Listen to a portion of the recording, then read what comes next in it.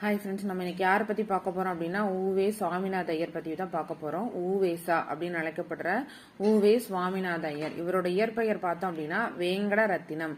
இவரோட இயற்பெயர் வேங்கட ரத்தினம்.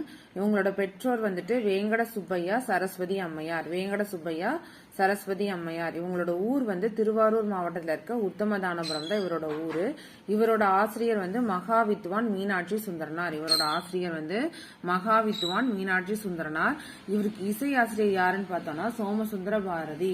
இவரோட இசை ஆசிரியர் சோமசுந்தர பாரதி. இவரோட காலம் வந்து 19/2/1855 பிறந்திருக்காரு. 28/4/1942 இவரோட மறைவு. 19/2/1855 பிறந்து 28/4/1942 மறைஞ்சிருக்காரு. இவர் வந்து இவரோட சிறப்பு பெயர்கள் பார்த்தோம் அப்படின்னா தமிழ் தாத்தா. தமிழ் தாத்தான்னு அழைச்சது யார் அப்படின்னா கல்கி. அது போக மகா மகோத்யாய அப்படிங்கிற பட்டத்தை வந்து சென்னையில இருக்க ஆங்கில அரசு வந்து அவருக்கு கொடுத்திருக்கு. குடந்தை நகர் கலைஞர் அப்படின்னு சொல்லிட்டு பாரதி வந்து இவரை அழைச்சிருக்காரு. அதற்காக ஒரு பாடலும் இருக்கு.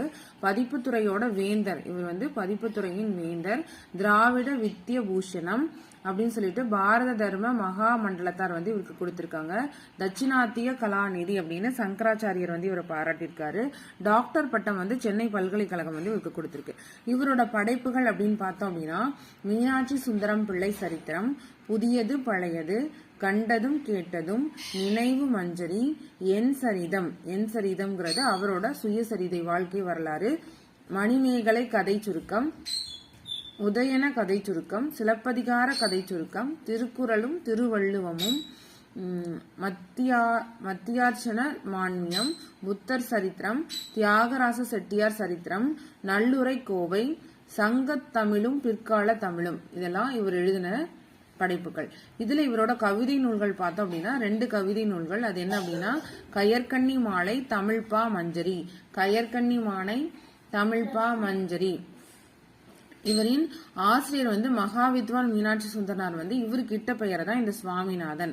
அதாவது உத்தமதானபுரம் வேங்கட சுப்பையர் மகனான சுவாமிநாதன் அப்படிங்கறதா இந்த ஊவேசா. சரியா?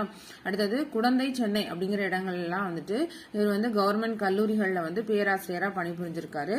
இவர் தமிழ் யார்கிட்ட கத்துக்கிட்டார் அப்படின்னா சடகோப ஐயங்காரிடம் தான் வந்துட்டு இவர் தமிழ் கத்திருக்காரு. இவரை வந்து பதிப்புத்துறையில ஈடுபட வச்சவர் யார் அப்படின்னா சேலம் ராமசுவாமி முதலியார் தான் இவரை பதிப்புத்துறையில ஈடுபட வச்சிருக்காரு. இவரோட நெருங்கிய நண்பர் வந்து தியாகராய செட்டியார். தியாகராஜ செட்டியாரோட பேரையே தன்னோட வீட்டுக்கு பெயரா வச்சிருந்திருப்பாரு. இவருக்கு சங்க இலக்கியங்களை அறிமுகம் செய்தவர் வந்து சேலம் ராமசுவாமி